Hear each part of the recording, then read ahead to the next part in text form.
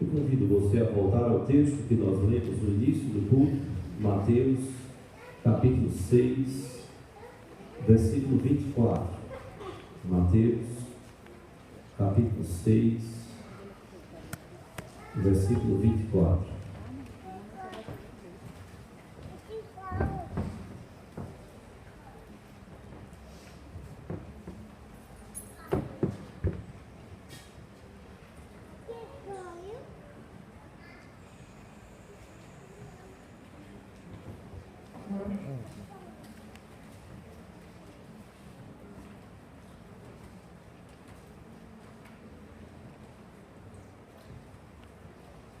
Evangelho de Mateus, capítulo 6, versículo 24. Vamos colocar de pé.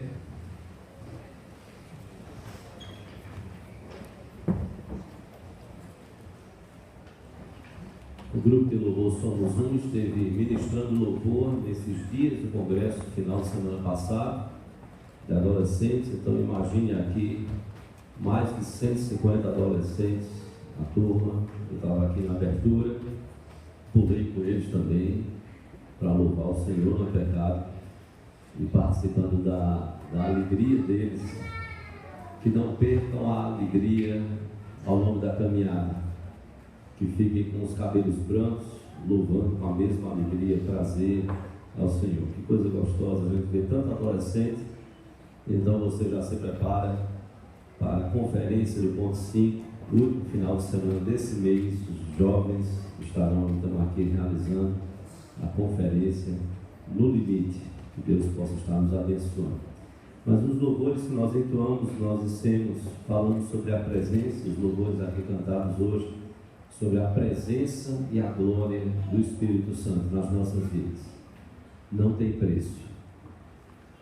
A presença e a glória do Espírito de Deus nas nossas vidas, nem Credit Card, nem Visa, nem American Express, nem nenhum outro cartão é capaz de comprar. Não tem preço. Teu amor não falha, não tem preço. O que posso fazer então? Senão entregar-te a ti, entregar-te o meu coração. Mateus capítulo 6, a partir do versículo 19, e aí nós vamos terminar com o versículo 24. Eu quero que você concentre a sua atenção neste versículo 24. Mateus 6, a partir do versículo 19, mas concentre a sua atenção no versículo 24. Nos diz a palavra de Deus: não acumuleis para vós outros tesouros sobre a terra, onde a traça e a ferrugem corrói, e onde ladrões escavam e roubam, mas ajuntai para vós outros tesouros do céu, onde traça nem ferrugem corrói, e onde ladrões não escavam nem roubam, porque onde está o teu tesouro, aí estará também o teu coração. São os olhos a lâmpada do corpo.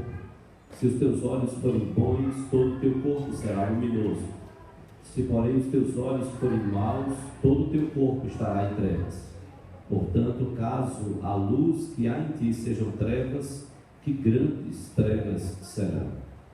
E agora então o versículo 24. Ninguém pode servir a dois senhores, porque ou há de aborrecer-se de um e amar ao outro, ou se devotará a um e desprezará ao outro. Não podeis servir a Deus e às riquezas. Vamos ler juntos o versículo, este versículo 24, vamos ler. Ninguém pode servir a dois senhores, porque ou há de aborrecer-se de um e amar ao outro, ou se devotará a um e desprezará ao outro. Não podeis servir a Deus e às riquezas. Quero convidar as crianças à frente neste momento, com as suas professoras e professores.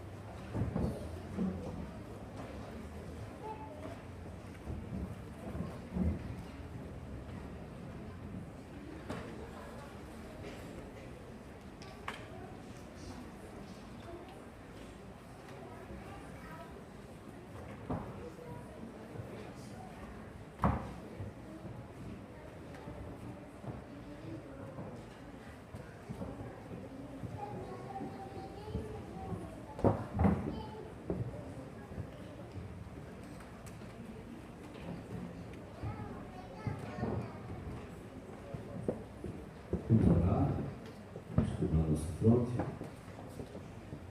Pai Santo, nós te agradecemos por essa noite.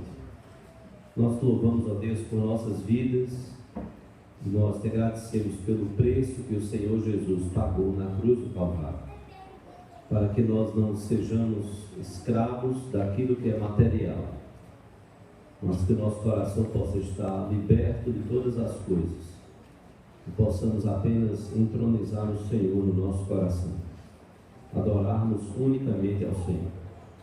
Como vens falando ao nosso coração ao longo de todo o culto, fala ao nosso coração também através da tua palavra. Até o término do culto, continuas a falar, ó Deus, ao nosso coração. Continua a falar, para que saiamos daqui com a tua palavra guardada no nosso coração.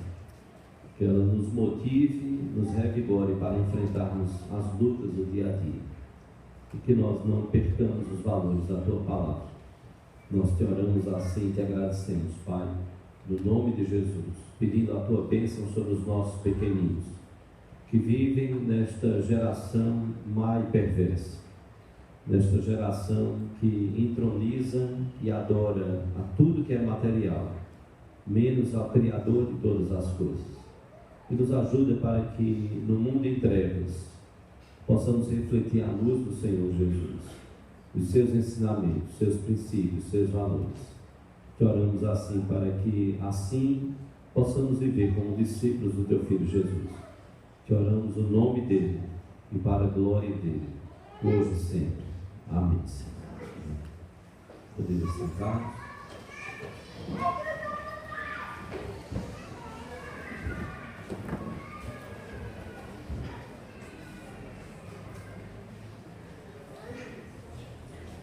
Meus irmãos, o texto que nós lemos, o Senhor Jesus Cristo nos fala sobre ajuntar tesouros sobre a terra e o risco de fazermos deste ato a razão da nossa existência e da nossa vida.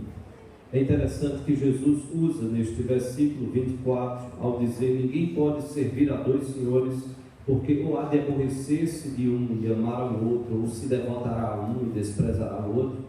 E então Jesus conclui esse versículo 24 dizendo: não podeis servir a Deus e às riquezas. Esse texto faz parte de uma coletânea de ensinos que é entendido que Jesus deu aos seus discípulos, aos seus seguidores, e é chamado muitas vezes do Sermão do Monte ou Sermão da Montanha.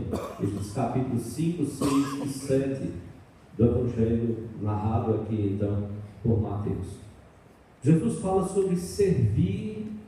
E quando ele fala sobre servir, ele está falando sobre a ideia de escravos. Pessoas que podem servir como escravos a Deus ou ao chamado mamon, dinheiro, posses, status, ou o que quer que seja do âmbito material. A linguagem que Jesus usa aqui é uma linguagem mesmo da escravatura, servir. O escravo ele não podia servir a dois senhores. O escravo ele sequer podia pertencer a dois senhores, ele só podia ser reconhecido como posse de um senhor. Não havia nenhum escravo na época do Império Romano que pudesse dizer: esse escravo ele pertence a esses dois senhores. Não, ele só poderia ser, segundo a legislação romana, de apenas um senhor. E nós precisamos também pensar nos motivos para servir. Muitas vezes, se de um lado Jesus diz: não podeis servir a Deus, mas aí ele também diz: não podeis servir as riquezas. O que levaria o homem a servir as riquezas? A cobiça, a inquietação pela vida, como Jesus vai falar logo depois, aí a partir do versículo 25: não andeis ansiosos pela vossa vida. O que levaria a servir seria a ansiedade. E como dizia já Augusto Cury, grande psiquiatra que dizia do nosso século, da nossa era, ele dizia e continua dizendo: é o mal da nossa sociedade. Nós vivemos profundamente ansiosos. E Jesus, quando usa essa expressão, não podeis servir a Deus e as riquezas, para a expressão riquezas, ele usa um termo que é mamon, no grego, mamon. Mamon é a transliteração de uma palavra hebraica, aramaica, que significa o que se consegue armazenar. Olha o aspecto material aqui. Aquilo em que você deposita a sua confiança. Jesus diz: você não pode servir a Deus e aquilo, a outra coisa que vai competir a sua confiança em relação a Deus. Ou você coloca a sua confiança em Deus, ou você vai colocar a sua confiança nas questões materiais, aquilo que se armazena, aquilo em que se confia. E aqui então Jesus usa essa expressão mamon como a personificação da riqueza. É como se Jesus estivesse apresentando um Deus falso e dizendo: olha, você tem que fazer a opção entre servir a Deus e servir a essa divindade chamada dinheiro. Há um livro no nosso mercado, eu lembro quando vi esse título na vitrine de uma livraria: O Poder do Dinheiro. E como de certa forma nós vivemos pressionados com isso. E mamon aqui não vai ser só a questão de dinheiro, é tudo que seja relacionado à questão material. Dinheiro, propriedades, bens, alimentos, roupas, tudo aquilo que diga respeito à vida material, que muitas vezes vai causar em nós como seres humanos, vai causar uma extrema preocupação, angústia e ansiedade. Mamon é apresentado como um senhor a quem pessoas servem. Mamon é apresentado por Jesus como um senhor a quem pessoas amam. Você já viu pessoas dizerem assim: olha, fulano parece que é escravo dos seus bens? É isso, é mamon. Mamon se tornou a divindade para quem aquela pessoa existe, serve, ama e se devota. Judas andava com o Senhor Jesus. Judas foi chamado para ser discípulo de Jesus. Judas caminhou com Jesus durante 3 anos. Mas Judas traiu a Jesus por mamon. Por 30 moedas de prata, Judas traiu Jesus. Talvez Judas não imaginasse que a coisa chegaria a um ponto tão extremo de condenação e até mesmo a crucificação. Judas não é tomado por um arrependimento de Deus, ele é tomado por um remorso tremendo. E a angústia é tão grande naquela vida que ele volta com aquelas moedas e ele atira na direção dos sacerdotes. Aquilo já não enche mais o coração dele de alegria. Ele está profundamente perdido, perdeu os valores e foi perdendo os valores na caminhada, não soube aproveitar a presença divina do Senhor Jesus Cristo. O seu pecado se enraizou como uma metástase, e agora então ele pegava aquelas 30 moedas e atirava na direção dos sacerdotes. Era preço de traição de uma vida, e era algo tão sério que os próprios sacerdotes nem mesmo recolheram de volta para o templo aquele dinheiro. Eles disseram: isso aqui é preço de sangue, isso aqui foi uma vida, nós não podemos recolher isso para o templo, nós vamos comprar uma área e vamos fazer daquela área um cemitério, talvez para ajudar pessoas, mas nós não podemos usar isso para o templo. Foi o preço de uma vida. Mas uma vida, ali como a de Judas, foi tirada por se devotar a mamon. Diferentemente de Paulo, Paulo chega a dizer que ele considerou tudo como perda. Ele poderia perder todas as coisas, desde que ele pudesse crer e viver para a glória do Senhor Jesus Cristo. Nós temos um hino muito bonito, escrito por Martinho Lutero, reformador, o nosso hino, que está no nosso hinário, o hino número 155, preciosíssimo. Eu não sei se você presta atenção no que você canta. Esse hino Castelo Forte, Lutero diz lá: se temos de perder famílias, bens, prazer, se tudo se acabar e a morte enfim chegar, com ele reinaremos. Só alguém que servia verdadeiramente a Deus poderia dizer um negócio desse. Já pensou? Se temos de perder família, bens, prazer, se tudo se acabar e a morte enfim chegar, com Ele reinaremos. Só alguém que tem Jesus como Senhor e Salvador da sua vida é capaz de dizer: olha, eu posso perder tudo. E para que você não pense que só são coisas externas a mim, não. Até a minha vida pode ser tirada.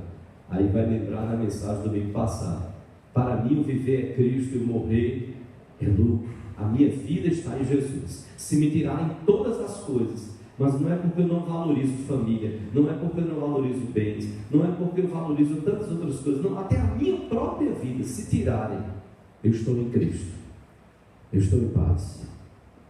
Se eu tiver que morrer, que eu morra para a glória do Senhor Jesus. E é sobre isso que o texto está falando, sobre alguém que devota amor, que devota a sua própria vida como um culto, e é isso que Jesus está dizendo. O servir aqui traz essa ideia também de devoção, de amor, de fidelidade e de culto. Há pessoas que não se percebem, mas elas passam a adorar, cultuar e viver em função das posses, do dinheiro, daquilo que temos. Alguém até já chegou a dizer: olha, o domingo é o dia do Senhor, e de segunda a sexta é o dia de Mamon, é o dia de você ganhar seu dinheiro. Domingo é o dia que eu pago. É o dia do Senhor. Então eu dedico um dia ao Senhor e 6 dias são meus. 6 dias eu tenho que ganhar, 6 dias eu tenho que fazer para eu conseguir, parece que parar um diazinho na semana.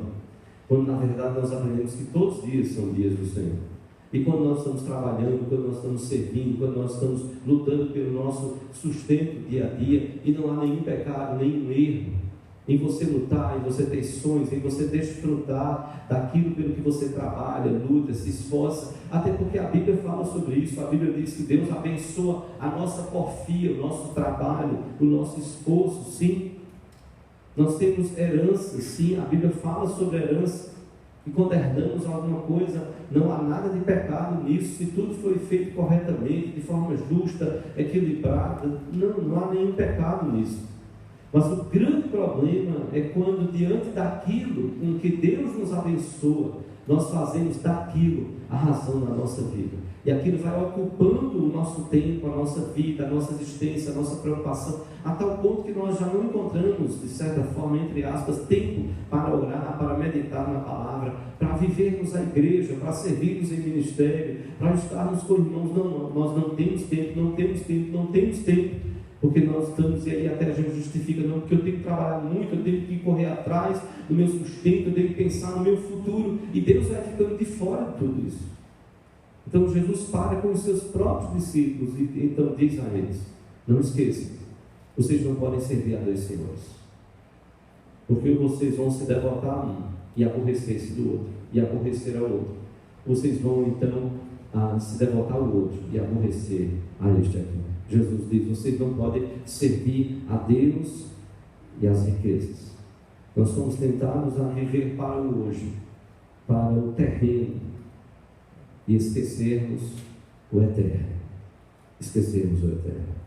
Nós temos até que ter muito cuidado, porque nós estamos vivendo também no meio de um século e de um tempo, até mesmo no meio religioso, de aproveitadores. E ao falarmos sobre posses, dinheiros, questões materiais, sejam sábios à luz do que a Bíblia fala. É impressionante porque teólogos, estudiosos, eles dizem que Jesus falou muito mais sobre questões materiais do que propriamente sobre a salvação, sobre fé. Jesus falou muito mais nos evangelhos. As suas parábolas, os seus ensinamentos, a maior parte foi tratando dessas questões materiais, porque Jesus sabia do risco disso ocupar o nosso coração, a armadilha que tudo isso poderia e ainda pode ser nos nossos dias, e tirar do nosso coração de Deus. O homem então se vê escravo, e o homem então se vê servindo a tudo aquilo que é provisão de Deus para a nossa vida. O sustento pelo trabalho, as posses, os suprimentos, tudo que Deus nos concede são questões materiais para o nosso sustento, para a nossa alegria, para o nosso aprazimento, para o nosso prazer como pessoa, como família, como amigos, como irmãos, mas nada disso deve ocupar o nosso coração. Nada disso deve encher o nosso coração e de tal forma vivermos que nós já não encontramos, repito, tempo para buscarmos a Deus, para orarmos, para meditarmos na palavra, para vivermos a igreja, termos um tempo de nos reunir e aprender a sua palavra. Porque se nós dermos as costas a Deus, Mamon vai querer tomar conta dos nossos corações. E há líderes inescrupulosos, há coisas absurdas sendo ditas aí fora, em nome de Deus. Em outros momentos, que não é bem propriamente aqui que queremos falar, nós queremos voltar a isso, porque nós temos pessoas usando a Bíblia para explorar outras pessoas. Essa é uma realidade, é um fato. Você precisa ter os olhos bem abertos. Mas por outro lado também, quando nós olhamos erros lá fora, nós precisamos parar e pensar assim: se existem erros, é porque nós reconhecemos que existem coisas que são corretas, que são lícitas, que a Bíblia nos ensina, e como é que nós devemos administrar aquilo que Deus nos concede. Se nós não queremos servir às riquezas e fazer de Mamon a nossa divindade, a quem nós vamos devotar a nossa vida, nosso suor, nosso esforço, o melhor das nossas vidas, como é que nós podemos inverter a coisa? Como é que nós podemos servir a Deus e não às riquezas? Se Jesus diz: não podeis servir a Deus e às riquezas, como é que nós podemos servir a Deus com aquilo que Ele nos concede? Me permita alguns princípios, eu gostaria de pensar com você rapidamente sobre alguns ensinamentos da Bíblia.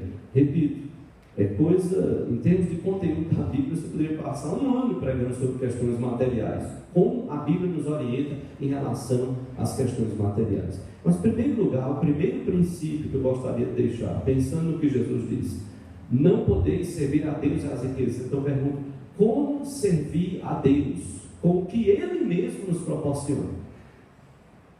Porque nós vamos servir com aquilo que Ele nos tem dado. A questão é como, o que é que a Bíblia nos orienta? Em primeiro lugar, se você olhar para esse capítulo 6, versículo 33, Jesus vai falar algo muito importante.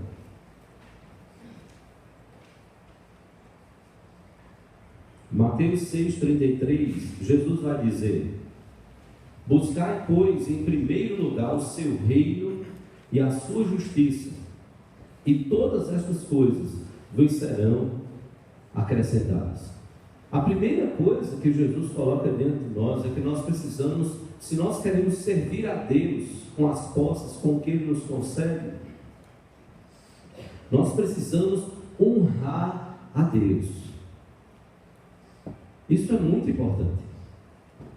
Nós precisamos honrar a Deus. E de que forma é que nós honramos a Deus? Quando nós buscamos em primeiro lugar o reino dele. Nós cantamos muito: reina em mim, reina em mim.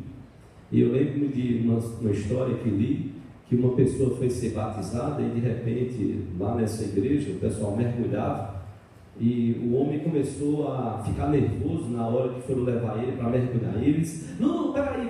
Ele disse: o que foi? Calma, vai desistir? Ele disse: não, é porque eu estou com uma carteira aqui no bolso. Aí disseram: não, a gente vai converter a carteira também. Vai batizar a carteira, vai batizar ele todinho, carteira e tudo, para a carteira se converter. Porque parece que o nosso coração, a gente diz que o coração se converteu, mas a gente bota a carteira bem longe do coração.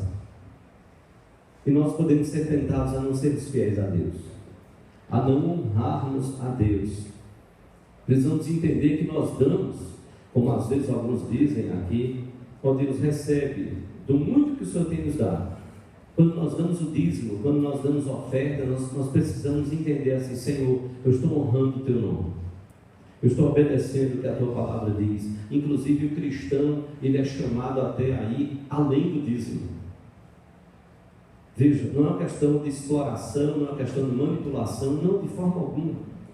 É você entender que Deus nos dá tanto, e quando Deus cobrou, quando Deus exigiu do povo de Israel o dízimo, Deus estava testando a fidelidade daquele povo. Deus estava testando até onde, e veja bem, até onde nós somos fiéis, porque não se iluda, o coração do ser humano, ele é insaciável. Insaciável. sempre tem muito mais a adquirir, sempre muito mais a comprar, sempre muito mais a conquistar, e nunca dá. E nunca dá. Porque a sede que temos, e o mercado, e toda uma conjuntura nos leva a isso. E Deus então testava a fidelidade do povo de Israel. Deus nos chama a sermos fiéis. Então, se você quer um princípio para você servir a Deus e não servir a Mamon, coloque isso no coração. Honre a Deus. Honre a Deus. Obedeça a palavra dele. E faça isso não por obrigação. Às vezes eu tremia aqui quando alguém, sem má intenção, eu entendo, até dizer, olha, inclusive nós vamos ter hoje um momento de ofertório, e aí eu lembro quando, não lembro quem foi, mas alguém bem intencionado, eu imagino, e a gente tem uma preocupação com você que nos visita, diante de tanta exploração lá fora. Até parece que o ofertório é só uma coisa de só quem é membro, e quem não é membro não pode ofertar nada, não pode dar nada. Então alguém chegou e disse, olha, você que nos visita, você fique bem à vontade, porque isso é um momento da igreja, isso é uma obrigação dos membros da igreja. De meu Deus, misericórdia, é uma obrigação, então o negócio está muito pesado. Não há gratidão, não há prazer. E eu sei que a ideia não era essa, a pessoa estava querendo só dizer, conversando, esse é um momento, de certa forma, que a gente tem uma responsabilidade diante de Deus, a gente tem uma consciência diante de Deus. Não é que o visitante não pudesse ofertar ali, mas veja bem, é entender que nós precisamos fazer isso com prazer. É quando nós reconhecemos que Ele nos deu, e se nós estamos dando, é porque Ele nos deu. Ele nos deu. Não fazemos isso como peso. O próprio Jesus, quando Ele diz, buscai, pois, em primeiro lugar o reino de Deus e a sua justiça, e as demais coisas vos serão acrescentadas, Ele está dizendo, em primeiro lugar, Deus na sua vida. E quando nós dizimamos, quando nós ofertamos, quando participamos da obra de Deus, da edificação da igreja, nós temos que fazer isso não como barganha, não é como honra a Deus. Nós estamos honrando ao Senhor. Nós, pastores, damos o dízimo no presbitério, que é a reunião dos representantes de todas as igrejas. E eu já falei aqui na igreja, quando há muitos anos, eu fiquei arrasado quando nós colocaram a tesouraria, fez uma prestação de contas, e foi triste ver alguns pastores que não estavam sendo fiéis a Deus. E eu lembro que a gente conversando com alguns membros da diretoria, eu não fazia parte da diretoria, gente, tem que fazer alguma coisa, tem que ajudar, tem que saber o que está acontecendo com esses pastores, para que eles tenham prazer de participar. O que está faltando? Qual é o problema? Por que eles não estão participando? Por que não estão ofertando, dizimando? Por que não estão participando da obra?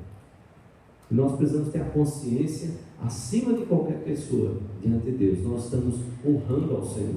Mateus, se você abrir no capítulo 22, Mateus 22,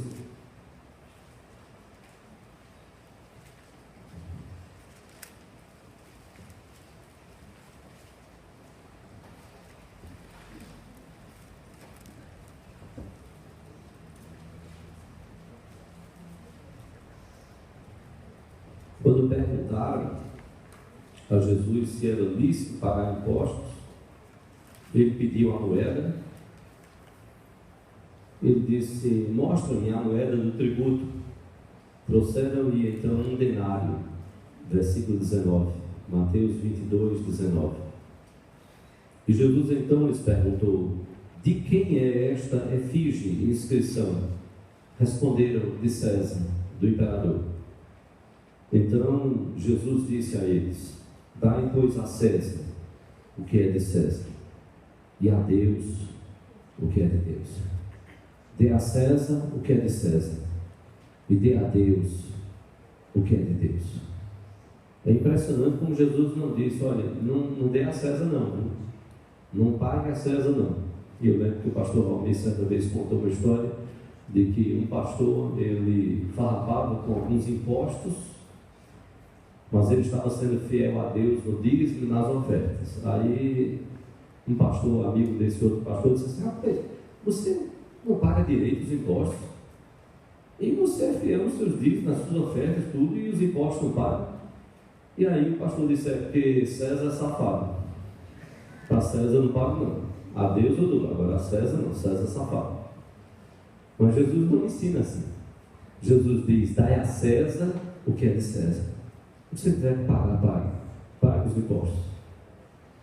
Às vezes até dizemos: olha, é injusto, uma carga tributária terrível, sim, vamos orar por isso, vamos eleger pessoas comprometidas em mudar isso, sim, vamos usar outros meios, os meios lícitos, corretos. Nós vamos dar a César o que é de César. Foi o ensinamento do Mestre. E se somos discípulos dele, sim, e nós precisamos dar a Deus o que é de Deus, a César o que é de César. E assim nós ensinamos aos filhos. E vamos passando de geração em geração. Dê a César o que é de César e dê a Deus o que é de Deus. Não retenha o que é de Deus. O que é de Deus, entregue a Deus. Se você passar a página, ou passar aí no seu celular, no capítulo 23, Jesus trata então com os escribas e fariseus. Capítulo 23, Jesus diz, a partir do versículo 23: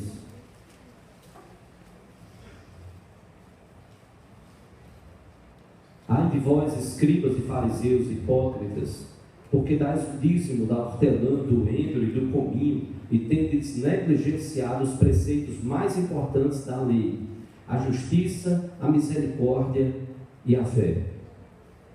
Olha como Jesus combate os fariseus e escribas. Ele diz: olha, ai de vós, vocês, que dão o dízimo de cada coisinha. E os fariseus e escribas eram altamente meticulosos, mas não fecha o texto não. Porque dais o dízimo da hortelã, do endro, do cominho. Já parou para você, pense para algo mais próximo da gente? Era como se um fariseu pegasse um molho de coentro e fosse contar ali o coentro e separar o coentrozinho. Mas pronto, agora eu vou tirar esse fiapo, porque tem 10 fiapos, então esse aqui é do Senhor. Pegasse um molho de cebolinho, um molho de coentro e fosse separar ali. Então os fariseus às vezes eram altamente meticulosos nisso. E Jesus disse: ai de vocês, que vocês estão se perdendo.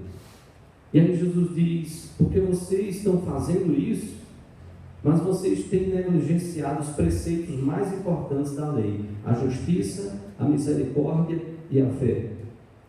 Mas Jesus não para aí. Jesus diz: devias, porém, fazer estas coisas, sem omitir aquelas. Ou seja, Jesus não diz: parou, você não precisa mais se preocupar com dízimo, nada disso. Não, porque Jesus veio para cumprir a lei. E Jesus veio para mostrar o seguinte: que o cristão vive além disso, que o cristão faz com prazer, com alegria diante do Senhor, e que ele precisa fazer isso, e que Deus nos corrige para nos abençoar, para mostrar que o nosso coração não pode estar em mamon, não pode estar nas questões materiais, e que Ele vai cuidar da nossa vida. Então, o primeiro princípio que nós precisamos ter é: honre a Deus. Honre a Deus. Mas há um segundo princípio que a palavra de Deus nos ensina: administrem os recursos. Administre os recursos. Se você abrir em 1 Coríntios, capítulo 4, versículo 2, Paulo nos ensina isso de forma clara. 1 Coríntios, capítulo 4, versículo 2. Esse versículo nós éramos levados a decorar, não por questão de finanças, nada, mas o pastor Francisco, no seminário presbiteriano, o pastor Chiquinho, ele era um dos 10 versículos que a gente tinha que ter decorado. Onde ele encontrasse, ele cobrava os 10 versículos. Esse versículo nunca saiu do meu coração. Ora, o que se requer, além disso, o que se requer dos despenseiros, 1 Coríntios 4, 2. O que se requer dos despenseiros é que cada um deles seja encontrado fiel. O que Deus quer nos despenseiros, o que Deus quer nos mordomos, nós somos mordomos. O mordomo era aquele como José lá no Egito, que cuidava, antigamente as casas tinham uma área que era chamada a despensa, onde a feira era colocada, os suprimentos eram colocados, para que ao longo do mês aquilo fosse saindo. E aí, se você não tinha um mordomo fiel, a casa sofria. Porque se o mordomo pegava e tirava daquilo da casa e vendia para outra pessoa para ter alguma vantagem, a casa sofria, porque faltaria suprimento ao longo do mês. E aí Paulo diz: olha, o que se requer dos despenseiros de cada um de nós como mordomos é que nós sejamos fiéis. Era o termo que o pastor Francisco mais gostava. Ele dizia: pistos, irmão, pistos. Que pistos no grego é fiel. Seja fiel, irmão. Você precisa administrar aquilo que Deus lhe dá como um mordomo de uma casa, que não vai negociar, que não vai roubar, que não vai defraudar. Ele vai cuidar, porque ele tem que fazer com que aquilo ali dê ao longo do mês. É preciso administrar aquilo que Deus nos concede. Nós não somos donos, nós somos mordomos. Nós precisamos muitas vezes poupar para momentos de crise. O texto que você pode ler em casa sobre a formiga, lá de Provérbios capítulo 6, de 6 a 8, a Bíblia mostra isso. Provérbios 6, de 6 a 8, eu não sei como é na sua casa, mas lá em casa eu sempre digo, olha, você já viu como uma formiga é sábia?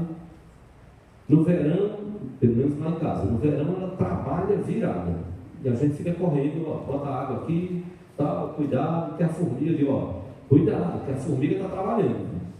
Se a gente descuidar do lixo, ela vai lá no lixo, ela anda, tudo que é canto. E formiga é mais suja do que barata, porque ela come a barata. Ela vai cuidando, ela vai guardando os recursos. Aí você vai para aquela coisa dos budistas, a transmigração da alma. Não mate a formiga, ali pode estar uma alma de um seu antepassado. Vai morrer de novo. Morreu. Não tem ressurreição de formiga, não tem essa. A formiga trabalha no verão, porque chega o inverno e ela não pode trabalhar. O que ela vai fazer no inverno? Ela vai comer do que ela trabalhou no verão.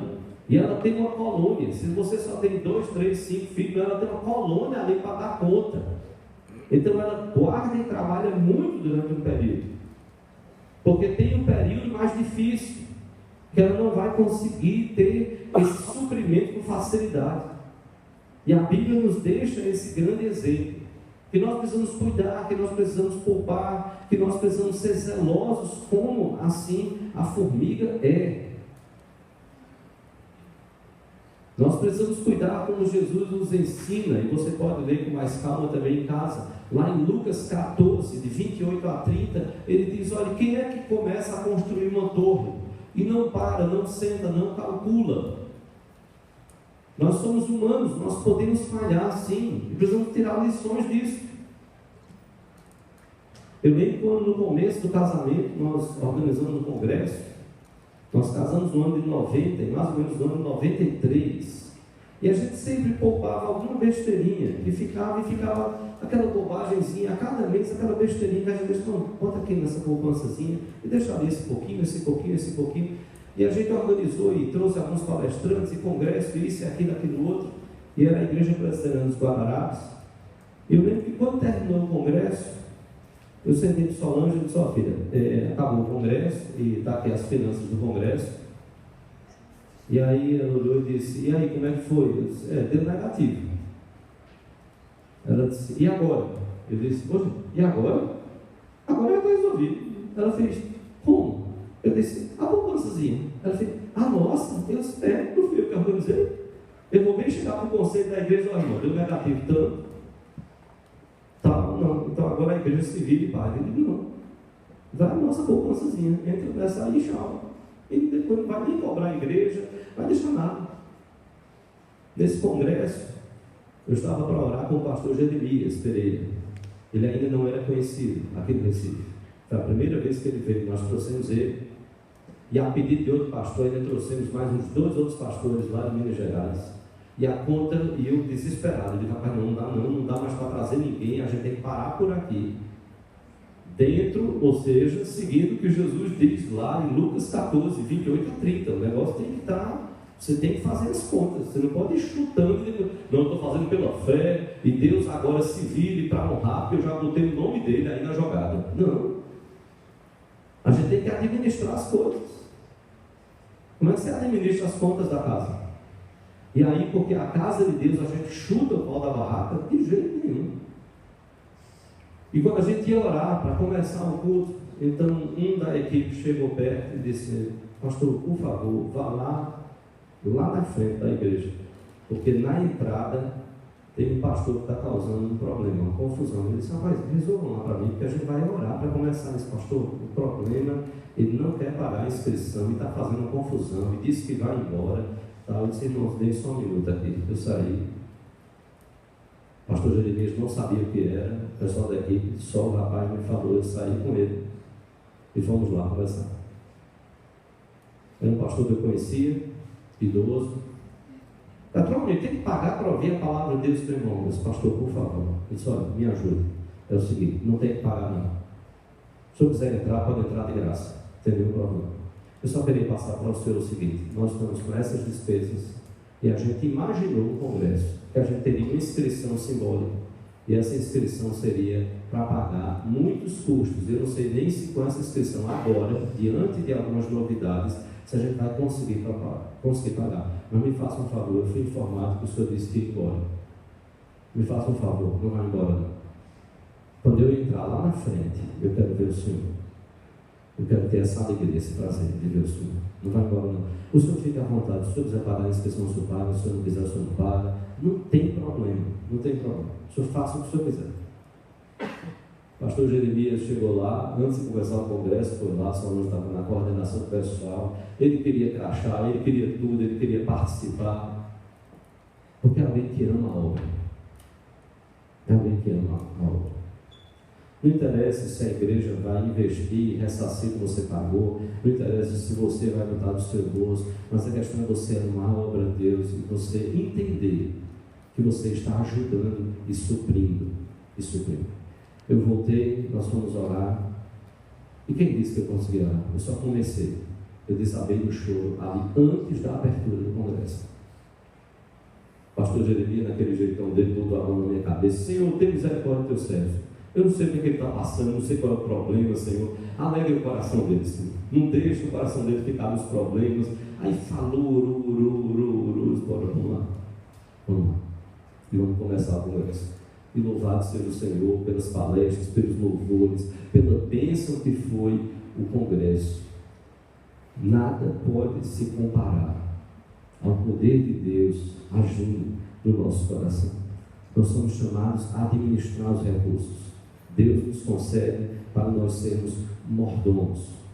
Antes mesmo de ser pastor, quando era membro de um grupo de louvor da congregação São Martim da Igreja da Madalena, a gente organizamos um encontro como se fosse uma Olimpíadas de igreja, e nós sonhamos, imaginamos: olha, acho que deve dar umas 300 pessoas nesse encontro aí, não deu nem 100.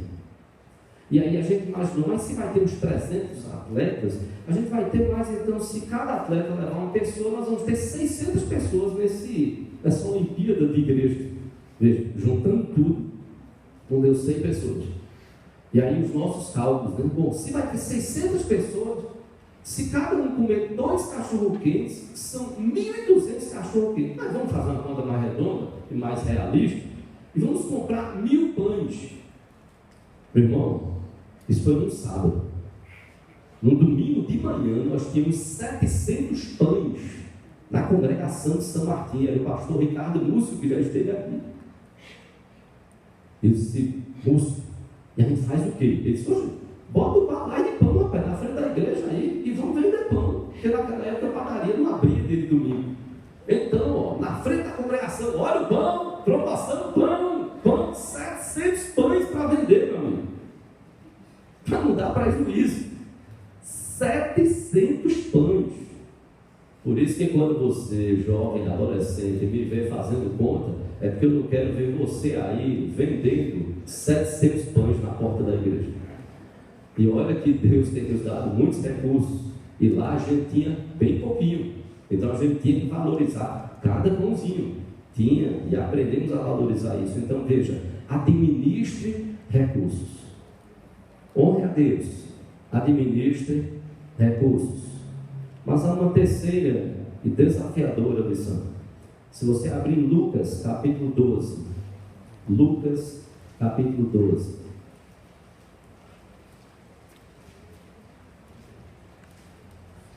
Nós vamos passar esses textos no boletim do próximo domingo. Vamos deixar para você refletir e refletirmos como igreja. Lucas capítulo 12, a partir do versículo 13.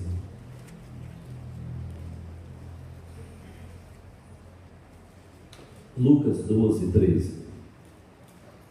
Nesse ponto, um homem que estava no meio da multidão, Lucas 12, 13, lhe falou: Mestre, ordena a meu irmão que reparta comigo a herança. Mas Jesus lhe respondeu: Homem, quem me constituiu juiz ou partidor entre vós? Então lhes recomendou: Tende cuidado e guardai-vos de toda e qualquer avareza, porque a vida de um homem não consiste na abundância dos bens que ele possui. E lhes proferiu ainda uma parábola, dizendo: o campo de um homem rico produziu com abundância. E pensava consigo mesmo, dizendo: que farei, pois não tenho onde recolher os meus frutos? E disse: farei isto, destruirei os meus celeiros, reconstruí-los-ei maiores, e aí recolherei todo o meu produto e todos os meus bens. Veja, até aqui é estratégia. Até aqui, de certa forma, não tem nenhum problema. O problema começa a partir do versículo 19. Então direi à minha alma: tens em depósito muitos bens para muitos anos. Descansa, come, bebe e regala-te. Mas Deus lhe disse: louco, esta noite te pedirão a tua alma. E o que tens preparado, para quem será? Assim é o que entesoura para si mesmo e não é rico para com Deus. Olha o que Jesus disse: guardai-vos de toda avareza. A vida de um homem não consiste na abundância de bens que possui. Jesus não está condenando ter bens, até porque ele sabia que isso é normal, natural, decorrente do seu trabalho, do seu esforço. Jesus não está condenando você receber uma herança. Isso poderia acontecer e Jesus sabia disso. A própria questão aqui era uma questão de herança. Só que o irmão estava brigando com o outro. Estava dizendo a Jesus: olha, o senhor mestre, mande ele repartir comigo a herança. Não estamos nem entrando no mérito aqui da questão da herança. E o próprio Jesus disse: olha, quem foi que me constituiu juiz da questão de vocês? Eu não sou juiz. Eu sou mestre, eu estou ensinando a lei, eu estou ensinando a palavra, a vontade de Deus. E aí então Jesus disse: cuidado,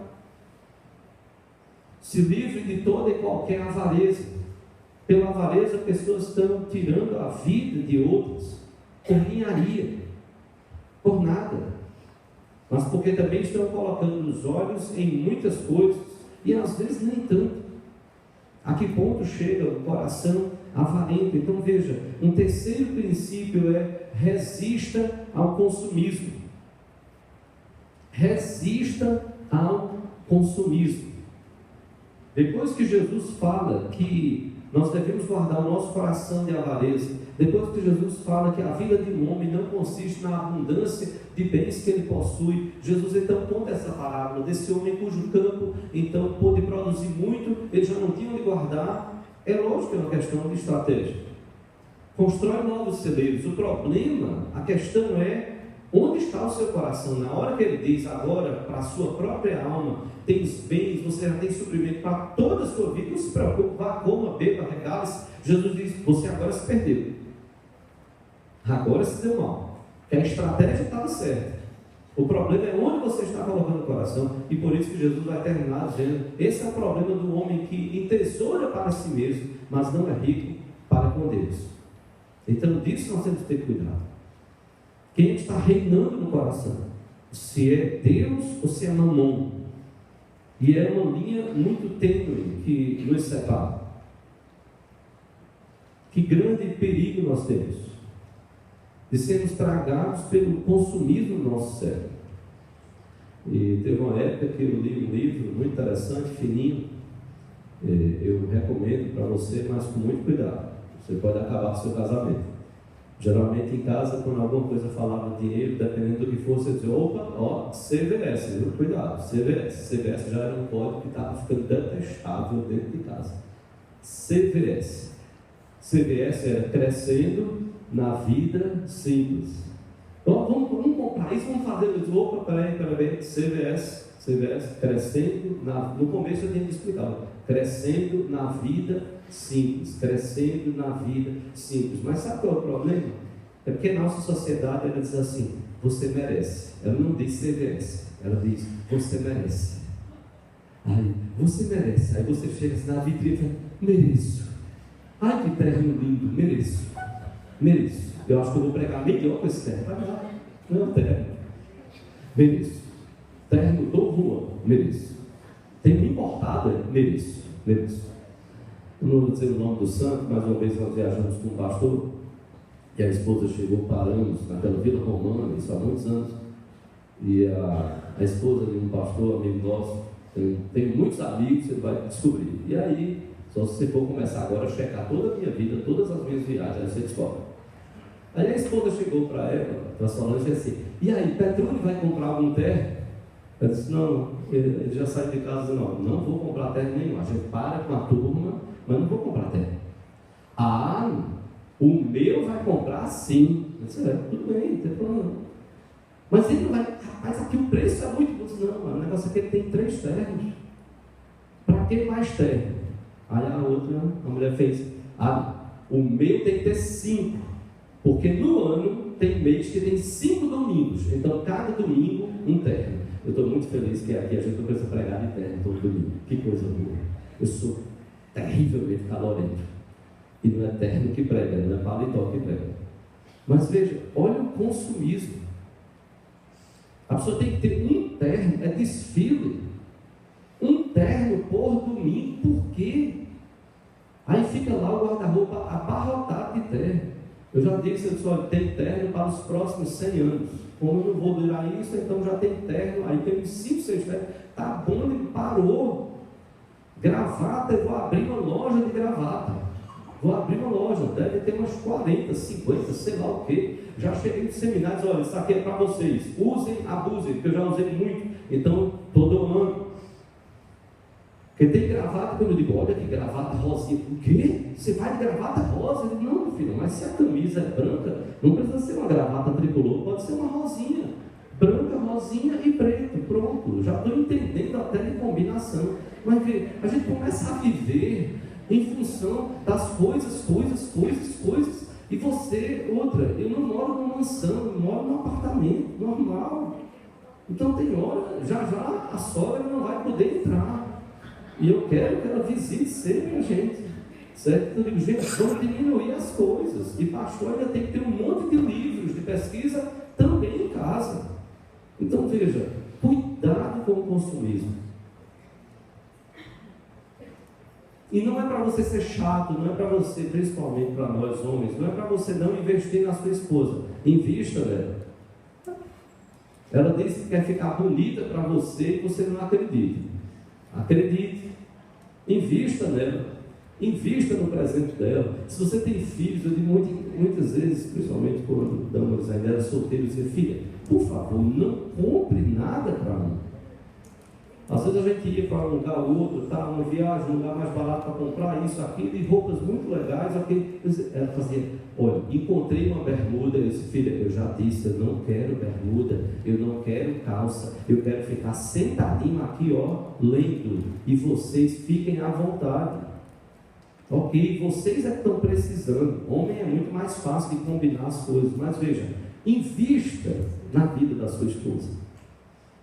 Invista nos seus filhos. E, naturalmente, não deixe de investir em você, tá certo? Ok. Mas veja, tudo isso com muito cuidado. Tudo isso com muito equilíbrio, com muito zelo. Então tenha cuidado em relação a isso. O consumismo quer tomar conta do nosso coração. Queria ver com vocês um pequeno vídeo. Ver o som, a luz aqui. Olha para essa daqui de cima do tubo.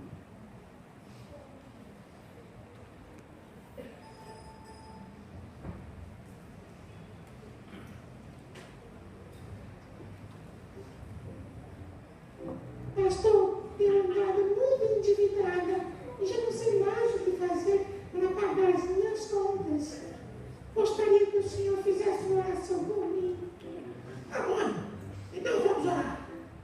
Espírito de consumismo e de dívidas, sai agora desta mulher. Desaloja deste corpo. Desaloja. Desaloja. Desaloja. Como, pastor? Por quê? Senhor, eu choro, eu choro, eu choro.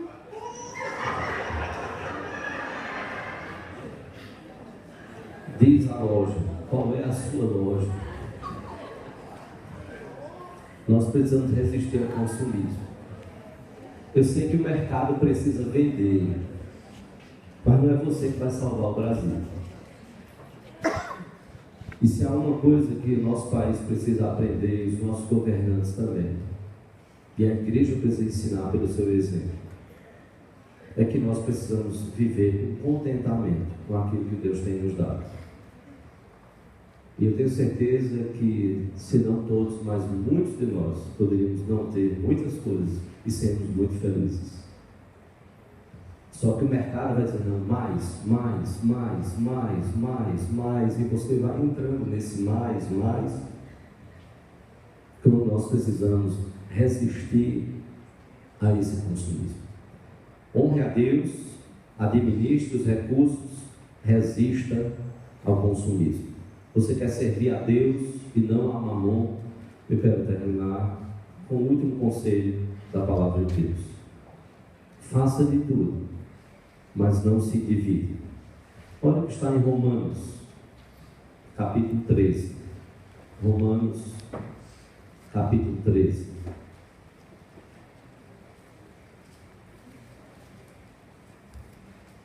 Romanos, capítulo 13.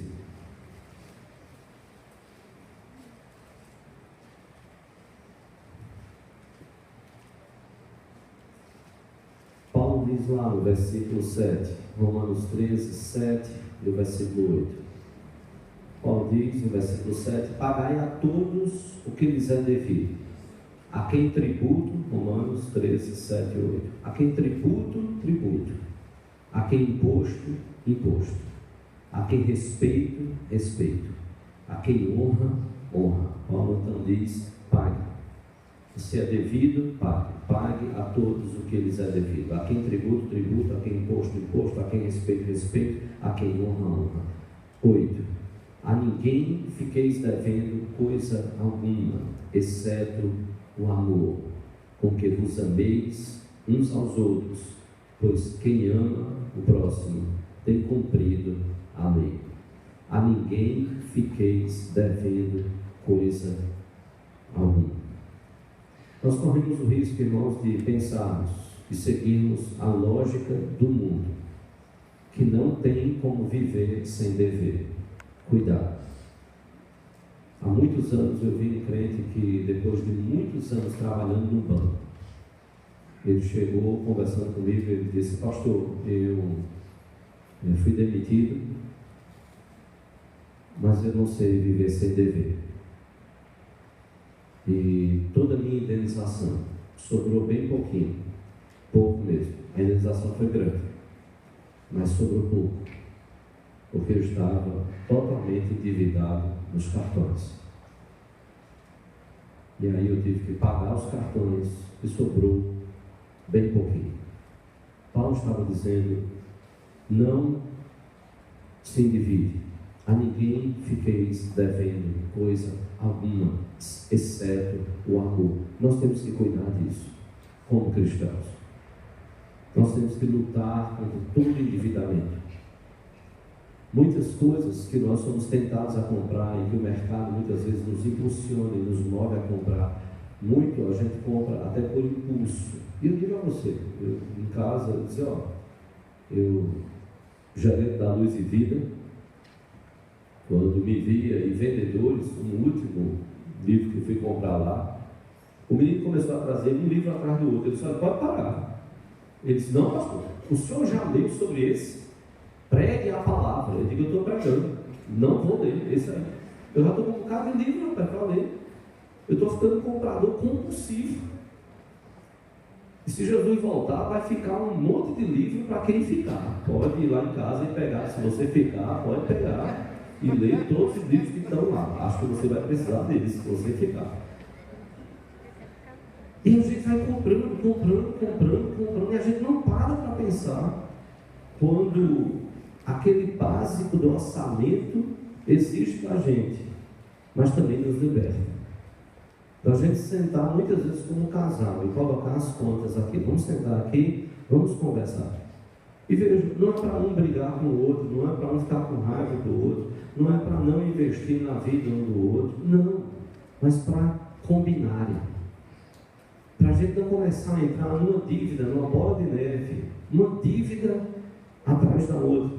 Antigamente, o pessoal, o cara tinha um Fusquinha, imagine um Fusquinha 68, que hoje, se ele estiver vivo, ele estaria completando quase meio século.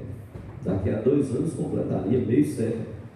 E o adesivo no Fusquinha antigamente era: pelo menos está pago. Olha o adesivo, olha a mensagem. Pelo menos, é velhinho, certo? Mas pelo menos ele está pago. O adesivo hoje é: devo, não nego, pago quando puder. Eu já estou olhando, hoje vamos dizer, pago se der, e pago se quiser, e pago se não tomarem, porque senão aí eu não pago. E o cristão vai entrando nessa. Como disse Jesus, vai construir a torre e tem que sentar e pensar tudo, para a gente não embarcar em tudo que vão nos oferecendo. Lógico que nós precisamos ter cuidado. Não viva devendo. Dívida para mim angustia meu coração.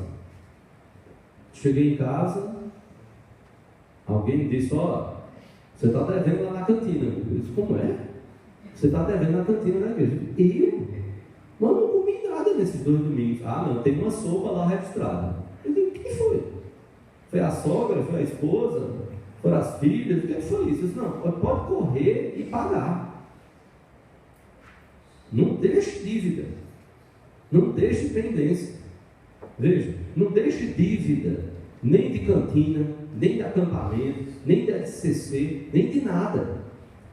Muitas vezes a igreja faz, o ministério faz, não, pronto, a gente faz o fiado gospel. Acredita que você vai pagar, então pague, honre. Os ministérios entendem, porque eu não recebi agora, mas eu vou pagar no final do mês. Não faça dívida que você não vai poder pagar. Você não vai resolver o problema nem da igreja, nem do mundo, nem do ministério. Não, entrega a Deus. Deus vai suprir de alguma forma. Mas não você perdendo o controle do que Deus lhe chama a fazer, que é administrar os recursos que Ele deu, que é não se endividar. Então, senta como casal, se é casal, se a pessoa cuida das suas finanças, senta lá, vai organizar as coisas. E vai aprender, e precisamos aprender a não gastar tudo. Se precisa trabalhar um pouco mais, trabalhe. Mas veja, não é trabalhar um pouco mais para fazer novas e mais dívidas. Não.